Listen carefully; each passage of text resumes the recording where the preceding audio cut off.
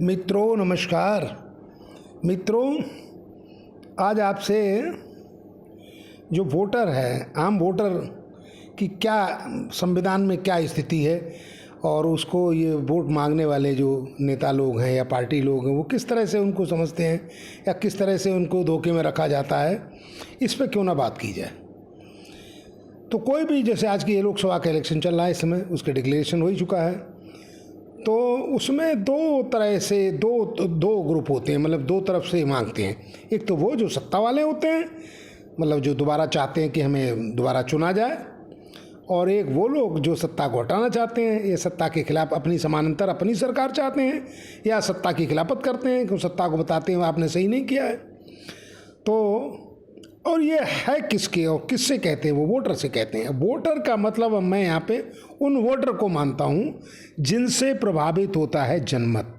वो 70-80% वो किसान है, वो मजदूर है, वो गांव वाला है, वो शहर का रेडी और जो फुटपाथ पे करने वाला काम है, जो फैक्ट्रियों में काम करने वाला का ना वो है, जो असंगठित क्षेत्र काम में करने वाला मजदूर है, या गांव में जो अपनी रोजी रोटी के लिए दुकानें चलाते हैं, अपना फेरी करते हैं, इन सब से लोग, तो ये 80% से कम नहीं बैठेगा, उससे ज़्यादा ही होगा। ये चूँकि अब ज़्यादा लोग यही हैं तो इनके वोट से ही, तो चाहे जिससे भी ज़्यादा, वो अलग बात है कि किसी दल को पूरा नहीं मिलता है। जैसे बीजेपी को 2 बार सरकार मिली है, एक बार 2014 में तो 31% टोटल मतलब वोट मिला, जो भी वोट पड़ा था उसका, और एक बार 36% बोला, 2 वोट मिला, 37% वोट मिला, लेकिन फिर भी ज़्यादा वोट तो नहीं मिला। और बाकी जो 69 या 73 वाला वोट वो बट गया, वो इधर उधर चला गया। तो अब आज लेकिन सबसे बड़ी बात जो प्रजातंत्र में है, और हमारे यहाँ तो एक स्पेशल तरह का प्रजातंत्र है, गणतंत्र है। तो गणतंत्र में तो कोई भी एक मेंबर से लेके, वार्ड मेंबर से लेके राष्ट्रपति तक का चुनाव होता है। वहाँ तो दूसरा किसी का कुछ है ही नहीं।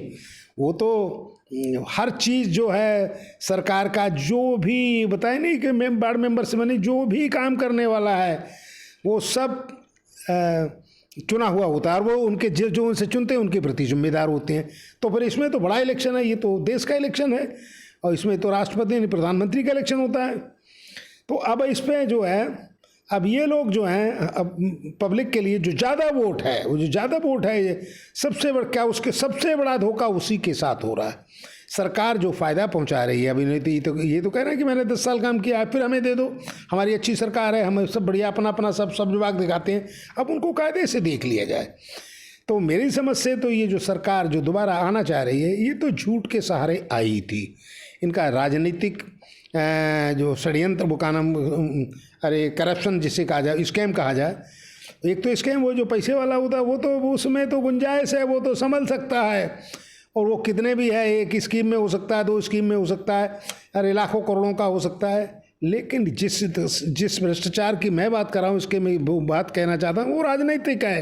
वो क्या मतलब उसका, कि उसको आपने झूठ बोल के, मतलब गलत आचरण से, यानी गलत आपने झूठ समझ के, मतलब झूठ बोल के ये सब जो बात दिखाए कि हम जो सरकार है उससे अच्छा करेंगे, और उसके बिल्कुल विपरीत हो गया। गरीबों को इन्होंने, चूंकि वोट तो गरीब के पास है, तो गरीब को इन्होंने झांसे में रखा। वो कौम का भी झांसा हो सकता है, वो और चीज़ों का भी झांसा है, लेकिन उन्होंने खूब धोखे में रखा, और यहाँ तक हुआ कि जनमत प्रभावित कर दिया और अपनी गवर्नमेंट बना ली। ये अलग बात है, कम परसेंटेज वाली बनी, लेकिन क्लियर कट मेजोरिटी की तो सरकार बनी, जिसको बड़ा बोर्डिंग आंकते हैं। अब सवाल इस बात का है कि ये जो है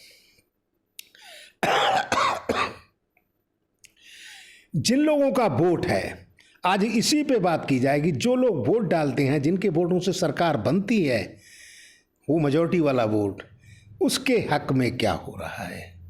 अब उस पर थोड़ा सा ये ले लिया जाए कि मोदी जी ने किस तरह से झूठ बोला। इनका झूठ बोलने का जरा आप देखिए कि मतलब किस तरह से उन्होंने पब्लिक को बेवकूफ़ बनाया या पब्लिक को वो किया, और उनका जरा सा वो स्टाइल देखिए, या उनकी मॉनिटरिंग का नाम, उनकी मार्केटिंग देखिए कि सन 13 में, 15 अगस्त सन 13 को तो आखिरी बार में प्रधानमंत्री उनका नाम मनमोहन सिंह, चूँकि 10 साल थी, तो वो 9 में 91 में आए थे, 14 में ख़त्म हुए, 14 में सरकार उनकी गई। तो लेकिन उससे पहले जो 15 अगस्त को होता है उससे पहले ही सरकार 14 में तो बन गई थी। तो 15 अगस्त सन 2013 में जो राष्ट्र का ना प्रधानमंत्री ने लाल किले से जो भाषण दिया था, अपनी उपलब्धियां बताई थी कि उनका अब तो अगले इलेक्शन होना था, तो उन्होंने अपनी सब तरह की बात बताई कि हमने देश को कहाँ से कहाँ ले गए, अपनी सब बातें उन्होंने समझाई। अब देखिए, ज़रा देखिए किस तरह से लोकतंत्र का नाम, प्रजातांत्रिक का नाम, जो भ्रष्टाचार का जानबूझ के नाम लेने का मेरा मकसद यही है कि आप ज़रा देखिए किस तरह से उन्होंने बिल्कुल उसी मॉडल को बनवाया, लाल किले के मॉडल को काट के मॉडल में अपने स्कूल में, भाई अहमदाबाद के किसी स्कूल पे उन्होंने उसे खड़ा किया। और मनमोहन उसी 15 अगस्त 2013 में, और मनमोहन के सरकार मतलब मनमोहन सिंह के बोलने के 2 घंटे जस्ट बाद उन्होंने उसके बराबर में समानांतर स्पीच दी। उनकी हर बात को इन्होंने मना किया। उन्होंने कहा ये जो भी बता रहे हैं ये सब झूठ है। उन्होंने बताया कि ये जो का नाम जीडीपी बहुत कम है, आमदनी बहुत कम है। अब उसके बाद में इनकी जीडीपी उनके मुकाबले तो बहुत ही कम रह गई है, नहीं, हालांकि इनकी बढ़ी है लेकिन वो तो उससे ज़्यादा कर्ज है इनके ऊपर, तो वो तो बढ़ा हुआ। फिर पॉजिटिव आमदनी बढ़ने का मतलब होता है कि रोज़गार मिले लोगों को। आमदनी का मतलब क्या होता है? देश की आमदनी का मतलब देशवासियों की आमदनी। तो उसमें रोज़गार मिले, खेती अच्छी हो, व्यापार बढ़िया हो, जो डिफरेंस है आयात निर्यात का वो घटे, जो पैसा का, जैसे इन्होंने बताया था कि महंगाई भी है, उस समय तेल और उसका नाम बहुत लिया था, तो और का नाम जो डॉलर की कीमत है, डॉलर के मुकाबले रुपए की कीमत बहुत नीचे आ रही है। उन सब चीज़ों में ये बहुत पिछड़ गए, हर चीज़ बातों में पिछड़ गए। रोज़गार तो नयात बढ़ने के तो बहुत बात ही, हालांकि वो कहने में बड़ा अजीब सा मुझे लगता है कि इतनी पुरानी बात को कैसे दोहराए, मुझे तो दोहराने में दिक्कत होती है। लेकिन ज़रा स्कैम की ध्यान तो दीजिए, वो किस तरह से कहा। उन्होंने कहा 2 करोड़ 1 साल में देंगे, वो इसलिए मैं इसको, हालांकि इतनी बात पुरानी कहने में मुझे मज़ा नहीं आ रहा। तो 2 करोड़, जबकि 1 करोड़ के लगभग तो पूरा उनका वो है, 1 करोड़ से कम तो सेंट्रल गवर्नमेंट की पूरी वैकेंसी, मतलब जितनी भी अगर सब भर जाएं वो कभी भरी नहीं होती। इनके दौरान तो 60% के लगभग खाली है, 4% ही भरी हुई है, 40% ही भरी हुई है। तो उसको इन्होंने कहा।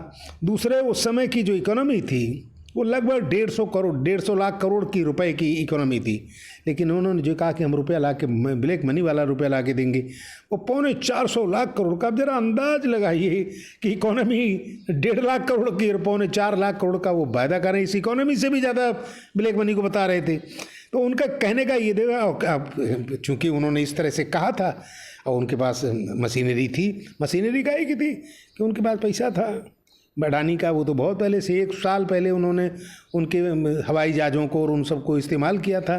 और का नाम उनका पूरा पैसा था। उस समय के एडीआर और इन सब ने, जो इलेक्शन वॉच होते हैं, जितनी एजेंसी हैं, उन्होंने सब ने कहा था कि बहुत रुपया खर्च किया था। कांग्रेस से भी, कांग्रेस की 10 साल की सरकार थी, 14 सूबे में उनकी गवर्नमेंट थी, फिर भी उससे लगभग 4 गुना ज़्यादा पैसा खर्च किया था।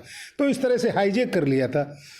अब बता, और उन्होंने फिर एक चीज़ और बात है जो कहने में हालांकि थोड़ा सा लंबा हो रहा है, लेकिन वो जो बड़ा ज़रूरी सा है इसलिए बताएं। जो सेंट्रल हॉल में, पार्लियामेंट के सेंट्रल हॉल में जो गए थे, इन्होंने जाके वहाँ झुक के उसको सलाम किया था, उनकी सीढ़ियों को, और ये कहा था ये भूल जाएं वो देश, चूँकि मैंने वादा किया ये गरीबों के लिए ही, और सबसे बड़ी बात है ये गरीबों के ही नुकसान के लिए सरकार बनी। गरीबों का तो उन्होंने नाम लिया, लेकिन कुछ भी आप किसी हिसाब से भी देख लीजिए, मजदूरी नहीं है। मजदूर मतलब जैसे पहले गांव के लिए इन्होंने जो नरेगा था उसमें मांग ज़्यादा हो रही और जगह की तस्वीर हो रही। जितनी सरकारों की फैक्ट्रियाँ थी, जो पीएसयू थी, वो बंद हो रहे हैं। उसमें सबसे बड़ा रोल अब इनका है। बीएसएनएल वाला के दीजिए, लाखों करोड़ों की, मतलब लाखों इसकी वो थी, उसमें वो सब बंद पड़े, बेकार हो गया।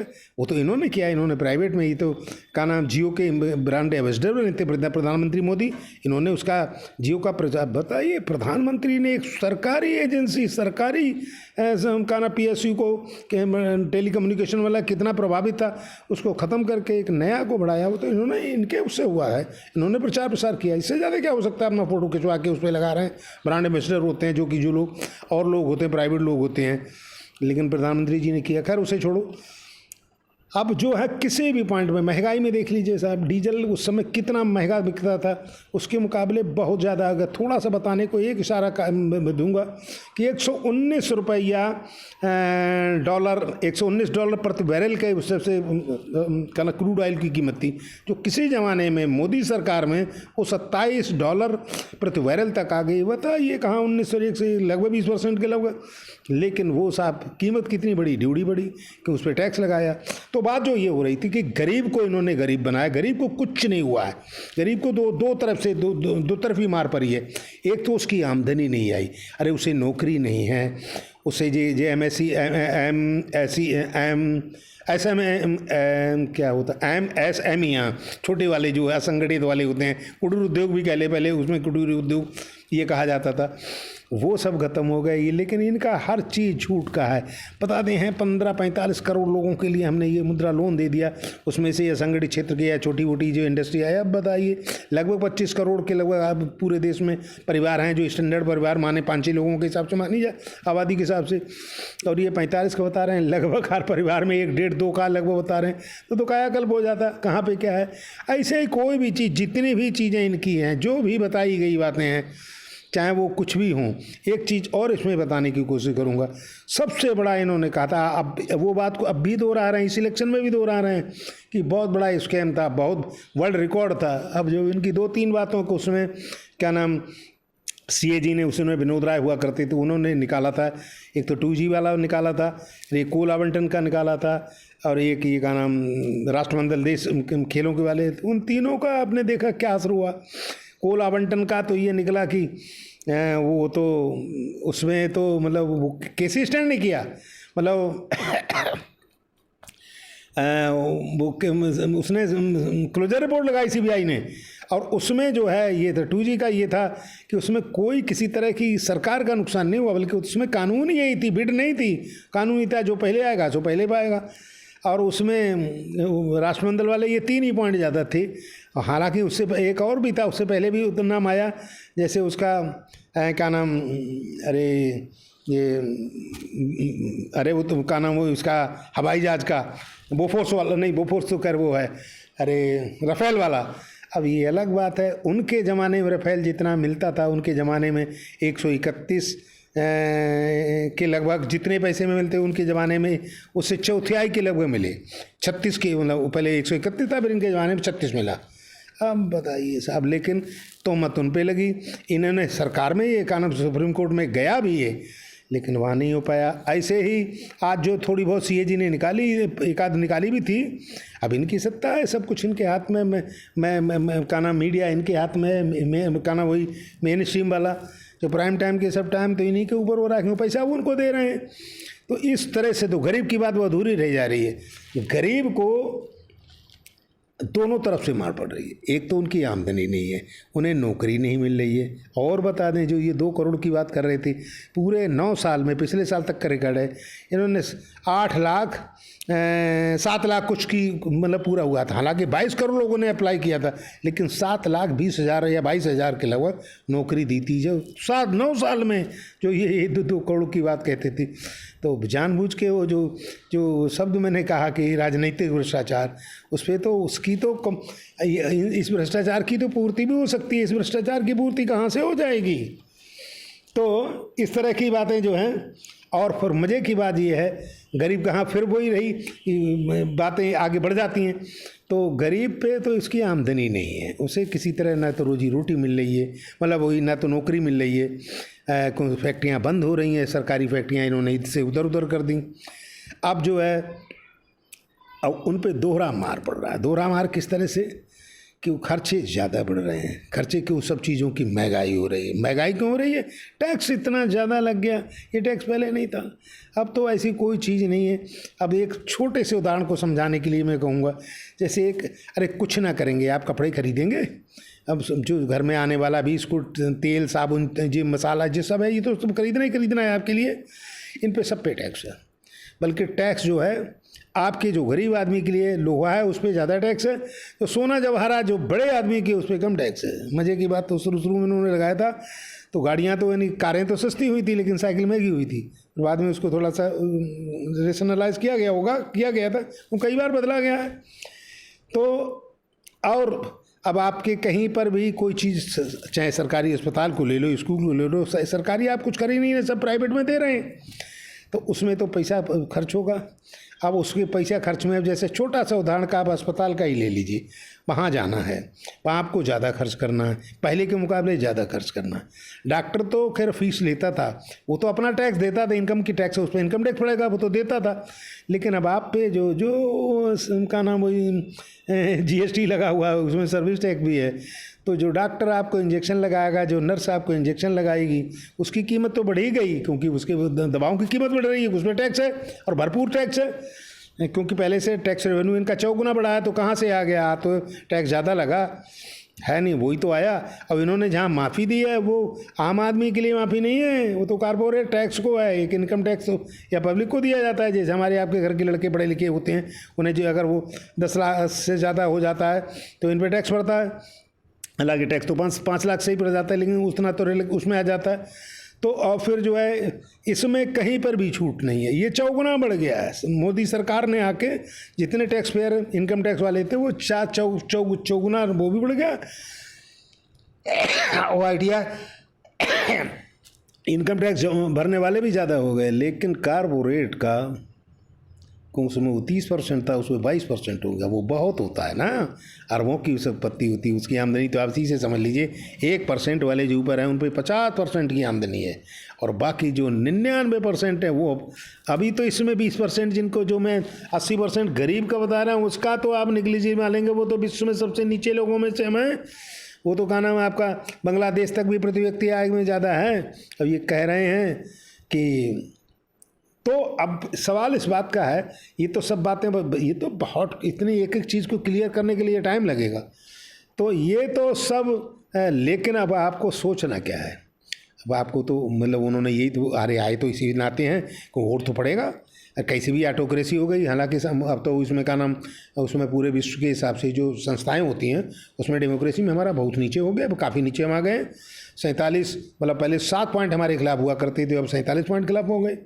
140 में हमारा 77वां नंबर है, मतलब आधे के लगभग हैं। 140 में 177 के लगभग, और भी कुछ ऐसे पॉइंट हैं जो कि मतलब हम बिल्कुल आधे में हो गए, मतलब जो बॉर्डर लाइन होती है तो एक तरफ ख़राब वाला उसके, तो हम जो हैं ख़राब वाली की तरफ को हैं, मतलब वो तो अब ये सब उसको भी हो लंबा करते हैं। एक चीज़ और बताऊँगा, क्योंकि ये सत्ता किसी की, बीजेपी की सत्ता मत मानिए, तो मोदी जी की मानिए, कि अब वहाँ दूसरे किसी का है नहीं। वो पार्टी क्या बेचती है, वो तो पार्टी का, हालांकि सब में का नाम पार्लियामेंट्री डेमोक्रेसी में तो पार्टी की बहुत बड़ी चीज़ होती है, पार्टी सब कुछ करती है, उनकी कलेक्टिव लीडरशिप होती है, लेकिन वो तो यहाँ तो मोदी जी का ही है, खास सिर्फ मोदी जी का।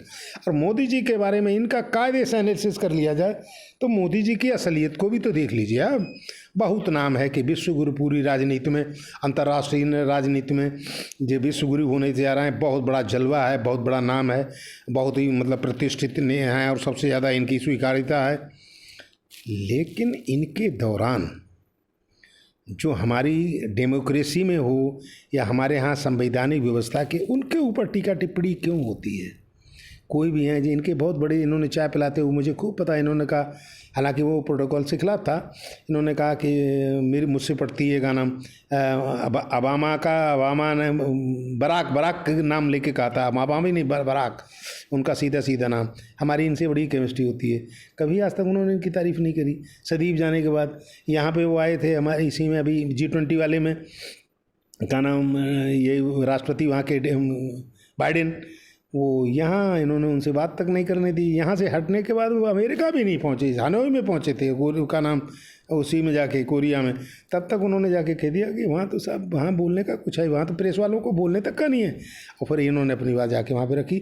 आज भी है जो डेमोक्रेसी की बात जो कह रहा हूँ, इतने सब पॉइंट नीचे घटे हुए हैं, ये विश्व राजनीति वाले ही लोग हैं, ये वो यहाँ के थे। हालांकि अब मोदी जी तो उसका काट ढूंढ रहे हैं, वो तो कह रहे हैं हम अपना ही इंडेक्स करेंगे, अपना ही हम मतलब इसका का नाम GDP का करेंगे और अपना ही पार्लियामेंट का नाम डेमोक्रेसी का करेंगे। अरे तब तो आप तो अपने कुछ भी करिए, लेकिन विश्व में राजनीति, अब चूँकि अब तो कहीं पर गिने चुने कम्युनिस्टों को छोड़ के बाकी सब डेमोक्रेसी पे और बड़ा बड़ा ध्यान दिया जाता है। डेमोक्रेसी के चक्कर में ही पूरब के देश तो बर्बाद, इसी पूरब यूरोप के देशों पे तो इसीलिए बर्बादी ज़्यादा होती है, उन पे तो दुनिया भर के वो लगते रहते हैं कि आपके यहाँ डेमोक्रेसी कम है, ये है वो। और फिर ये अलग बात है कि हमारा बहुत बड़ा देश है, हमारे यहाँ तो मार्केट इतनी बड़ी है। हाँ, तो अब इनका मोदी जी का कहाँ पे स्वीकार्यता है इनके? वैसे अब चूंकि उसकी स्वीकार्यता है, उसकी सबसे बड़ा कारण है बहुत बड़ा मार्केट है। मोदी जी ने तो इस तरह से कह दिया यहाँ का तो प्रोडक्शन नहीं होगा, यहाँ तो ना तो मैन्युफैक्चरिंग का ना विनिर्माण में कुछ हो रहा है, ना निर्माण में कुछ हो रहा है, क्योंकि ये तो सब अब इन जो बड़े लोगों को दिया जा रहा है वो तो इन्हीं से कह रहा है कि मेहनत क्यों करोगे, हम आपको पूरी संपत्ति दे रहे हैं। तो PSU ने दिए जा रहे हैं। अच्छा, अब जो सरकारी संपत्तियां जैसे रोडवेज की, रेलवे की सब पटरियां हैं, इन सब का मोनेटाइजेशन का सब स्कीम है। 6 लाख करोड़ का इन्होंने एक पाइपलाइन कर दी है। 1 लाख करोड़ का तो जो कम से कम 10 लाख करोड़ की संपत्तियां होंगी वो 1 लाख करोड़ में बिकी गई हैं। और पूरा ये आपका इंफ्रास्ट्रक्चर का रोड है, आपका हवाई वो है, नीचे की खुदान वाली वही खनिज पदार्थ, कोयला, ये सब और वगैरह ये सब हैं। और आपके पोर्ट दे दिए गए, हवाई अड्डे दे दिए गए, ये सब दे दिया गया। उनका इतना पैसा हो गया। 2014 में जो इनकी क्या ना ये मोदी जी की सरकार आई तो उन पे 2.8 अरब डॉलर की इनकी वर्थ थी, का नाम अडानी जी की, जो 137 लाख करोड़ 137 अरब डॉलर की हो गई है, लगभग 50 गुना बढ़ गया। हम इन्होंने ये कहा था कि हम किसान की आय दूनी करेंगे, तो किसान की आय तो घटी है, दूनी नहीं हुई, लेकिन अडानी की दूनी नहीं हुई, 50 गुनी हुई। ऐसे तो जाने कितने लोगों का हुआ है, क्योंकि उनका कर्ज भी माफ़ हो रहा है। यहाँ तो किसान का एक 2008 में इन्होंने किया था, उसके बाद आज तक एक पैसा माफ़ नहीं हुआ। तो इनका तो इससे कोई माफ़ी नहीं हो रहा है किसान का तो। और जो है, और बल्कि ये कहते हैं गरीबी में किसान कहाँ है, जो कि इनने तो एक नया वो जो पहले पंचवर्षीय योजना आयोग हुआ करता था, उसकी जब उन्होंने अब वो दूसरा ये कर दिया है नीति आयोग, उसमें इन्हीं के लोग बैठे हुए हैं, वो अपने हिसाब से सब करते हैं। तो मेरे कहने का मतलब ये है कि वोट ज़रा ये सोचना है, अब आपको यही ध्यान देना कि वोट आपके से सरकार बन रही है, आपकी वोट और आपको ऐसे नहीं मिला, आपको संविधान से मिला हुआ है। बिल्कुल आपको न तो कोई क्रांति करनी है, ना कोई आपको सत्याग्रह करना है, ना कहीं आप अनशन पे बैठना है, ना सरकारी मशीनरी से झगड़ा करना है, ना पुलिस से आपको डरना नहीं है, मतलब लाठी खानी। पुलिस वगैरह इन सब की तो एक मजबूरियाँ होती हैं, ये पढ़े लिखे होते हैं, इनके परिवार वाले इन्हें पढ़ाते हैं, उनसे उम्मीद करते हैं ये अच्छा करेंगे, देश की सेवा करेंगे, लेकिन ये अंडरटेकिंग लेते हैं। भाई इनकी भी जिम्मेदारी है, सरकार जो काम करेगी या सरकार में जिनका अपॉइंटमेंट उस काम के लिए हुआ वो तो करेंगे। जैसे इनकी अंडरटेकिंग है, ये संविधान में कसम खा के आते हैं, वो संविधान की कसम नहीं, कसम तो अपने इतनी ही छूट है धर्म की कसम खाते हैं, मैं भगवान के नाम या ईश्वर के नाम से शपथ लेता हूँ, लेकिन करूँगा किसके? संविधान के अनुसार। उस संविधान के आज क्या है, कुछ हो रहा है? सब ताक में रखा जाए, सब इसी सब के लिए ये सब लोग कह रहे हैं। हालांकि इकट्ठे हो गए हैं। अब तो सवाल इस बात का है कि हमने इन्हें तो 36 में इनकी गवर्नमेंट बनी जा रही है, 63 हम खिलाफ भी डाल रहे हैं, लेकिन वो सब एक जगह तो नहीं जा रहा है। इसके लिए अब आपको चांस मिला है। और मैं फिर एक बार बता रहा हूँ कि आप कौम परस्ती से मत डालिए वोट। कौम परस्ती से तो हिंदुस्तान का ये सब बिगड़ा ही है। जब से कौम परस्ती आई थे, बीजेपी आई हो चाहे और कोई आई हो पार्टियाँ, कौम से वो तो, और कौम किसी का कुछ नहीं है। एक छोटा सा उदाहरण है, एक छोटे से, हालांकि मुझे कहने में दिक्कत होती है कि मेरा अपना नहीं तो मैं किसी के पर्सनल नाम ले, जैसे ये राजभर कोई छोटा सा उदाहरण है, ये राजभरों की बात करते हैं। अब उसमें किसी राजभर की कुछ हो रही है, चाहे उनका बेटा बढ़ेगा चाहे वो बढ़ेंगे, ऐसे ही सब कौम वाले, कौम से कहीं कुछ नहीं हो रहा है। आप भारत के नागरिक हैं, हमारे संविधान में सबको बराबर माना गया है। हालांकि जो पिछड़े हुए हैं किसी तरह से पिछड़ गए हैं, वो जाति के हिसाब से नहीं, हालांकि वो उसमें ये संविधान में मूल में तो ये लिखा हुआ था कि किसी तरह से पिछड़ गए हैं तो उनको आप बराबर मिलाइए इस संविधान में, और बराबरी का भी लिखा है और पिछड़ों को आगे बढ़ाने के लिए भी लिखा हुआ है। तो इस सब का है। लेकिन अब आपको चूंकि संविधान ने आपको पूरी पावर दी है और संविधान में उनकी जिम्मेदारी दी है, और एक मज़े की बात है, वो अलग बात है कि वो महंगे शौक़ों से अपनी ज़िंदगी गुजारें, कि लाखों करोड़ों की अपनी घड़ियाँ पहने, या वो जैसे फिल्म स्टार वगैरह की। अरे देश के प्रधान सेवक हैं वो, और वो अपने को बताते हैं कि मैं बहुत गरीब घर का रहा हूँ, भीख मांग के बहुत दिनों का आई है मैंने, और मेरे पास तो कुछ भी नहीं रहा। उस आदमी के इतने शौक़, ये कैसी निरपेक्षता है नहीं। और लेकिन जबकि हमारी जिम्मेदारी क्या करती है, हमारा संविधान क्या कहता है, उनको तनख्वाह नहीं अलॉट की गई है कि आप इस तनख्वाह से अपना काम चलाइए। तनख्वाह इसलिए है कि आप देश की सेवा कर रहे हैं, तो आपके अपना परिवार पालने के लिए भी तो आप कुछ करिए। तो यहाँ इतना दिया जा रहा है, दूसरे देशों में नहीं है। यहाँ तो मकान दिया जा रहा है और क्या नाम और पेंशन दी जा रही है, जो बड़े बड़े अच्छे मुल्कों में नहीं दिया जा रहा है। लेकिन हमारे संविधान निर्माताओं ने बड़ी मेहनत करी, तो उन्होंने संविधान के हिसाब से उस संविधान को तो दरकिनार किया जाए। ये कौम परस्ती पे वोट मांगना या ये कहना कि ये हिंदू है कि ये मुसलमान है, और उसमें साफ लिखा हुआ फ्रेटर्निटी, और दूसरे गरीब की कम के लिए वहाँ समाजवाद का पूरा है ही, डेमोक्रेटिक सोशलिज्म वाली जो है संविधान में है, उन सब से अलग जाके सबसे बड़ी बात आखिर में एक ही पॉइंट है, जो वोट गरीब का है, गरीब के हिसाब से सरकार कुछ नहीं कर रही है। गरीब के लिए नीचे ला रहे हैं, गरीब और गरीब होता जा रहा है, उस इंडेक्स में सबसे नीचे हम जाते जा रहे हैं। वो अलग बात है, बड़ा देश है हमारा, और फिर हम कर्ज लिए जा रहे हैं। और कर्ज भी किसको मिलेगा? कर्ज भी तो हम ही लोगों के हमारे नाम पे मिल रहा है। हमारी जो आर्थिक का नाम संप्रभुता है उसके लिए मिल रहा है, किसी नेता के नाम से नहीं मिलता है, किसी फॉरेन में मतलब फाइनेंस मिनिस्टर की ताकत पे नहीं मिलता। उसके न चेहरे पे मिलता है, ना उसकी डिग्री पे मिलता है, ना उसके चीफ मिनिस्टर या उसके उससे मिलता है। वो देश की पब्लिक को मिलता है, देश को मिलता है। देश का मतलब देशवासियों को मिलता है, और देशवासियों में हम लोग हैं। और सबसे ज़्यादा हम लोग वो जो कि वोट जिनका ज़्यादा है, जिनसे सरकार बनती है, और उन्हीं के साथ ये मजाक। तो बात तो बहुत बढ़िया है, समझाने के लिए तो बहुत टाइम चाहिए। क्योंकि मेरा दिल अपना मानता है, कहता है कि चूँकि मैंने अध्ययन तो बहुत ऐसा कोई सब्जेक्ट नहीं जो मैंने बड़ी क्लास पे अध्ययन नहीं किया, उसको देखने से थोड़ी सी लगता है कि काश अगर ये मोदी जी आज इतने बढ़िया बोलने वाले नेता, इतनी समझदारी, इतना हाईजेक कर रहे हैं पूरा, ये देश की खुशहाली के लिए करते, उन रईसों के लिए नहीं करते, उस गरीबों के प्रति इनका अगर रुझान होता तो ये देश